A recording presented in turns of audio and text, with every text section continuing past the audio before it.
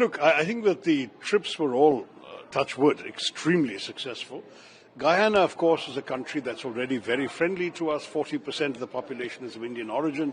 We got an amazing welcome, met everybody, the president, the vice president, who is the former president and the head of the ruling party, the prime minister, 11 members of his cabinet, the speaker of the National Assembly. Everybody met us, were very warm, very receptive, very friendly, very positive. And so Guyana, in some ways, was the best place to start because it went so smoothly and so easily. Everyone settled into their roles as members of parliament on this delegation. Next was Panama. A little more of a challenge, but they were very receptive, and when we explained things to them, they were totally welcoming. One additional dimension in Panama is they're very keen on strengthening relations with India for reasons of economic development and cooperation, and in that area, definitely, we have a lot to offer, so they were particularly keen on hearing what we had to say. Colombia was a different kind of challenge because they had not been, unfortunately, very supportive.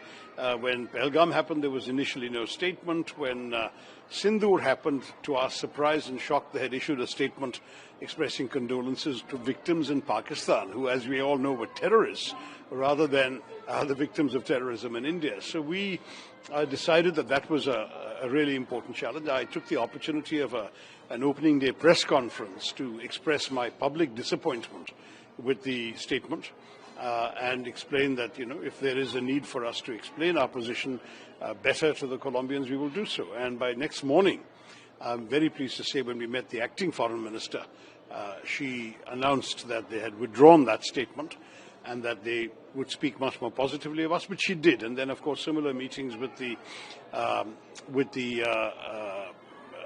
president of the National Assembly and the sort of legislative infrastructure in Colombia also came through very, very positively. And we were able, again, to feel well received and well understood and well supported.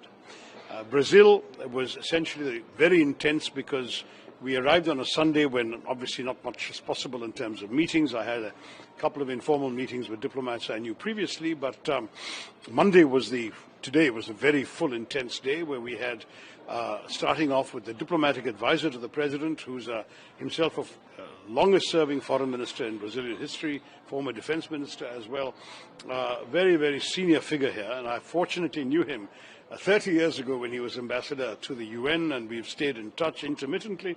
So it was an easier conversation to have, and we gave the message of our expectation of Brazilian understanding and solidarity at this challenging time, which we got. Subsequently, we met